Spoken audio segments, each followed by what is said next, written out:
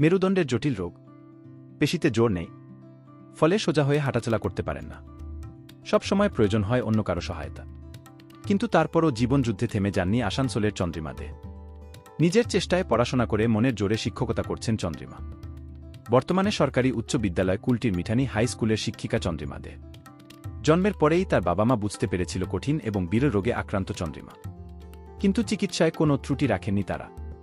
যদিও ডাক্তাররা সাফ জানিয়ে দেন চন্দ্রিমা হাঁটাচলা করতে পারবে না কোনোদিনই। কিন্তু তারপরও হাল না ছেড়ে দিয়ে মেরুদণ্ডে দুটি বড় অপারেশন হয় চন্দ্রিমা।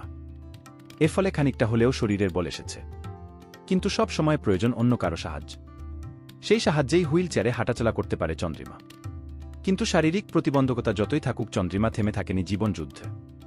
নিজের চেষ্টায় পড়াশোনা করে ইংরেজিতে এমএ পাশ করেছে চন্দ্রিমা।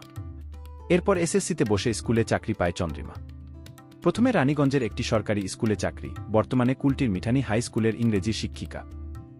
কিন্তু চন্দ্রিমা এই লড়াইয়ে যাকে সবসময় সঙ্গে পেয়েছেন তিনি তার স্বামী সৌরভ দত্ত, যিনি চন্দ্রিমার প্রতিবন্ধকতার আড়ালে সুন্দর মনকে ভালোবেসেছেন এবং তাকে বিয়ে করেছেন।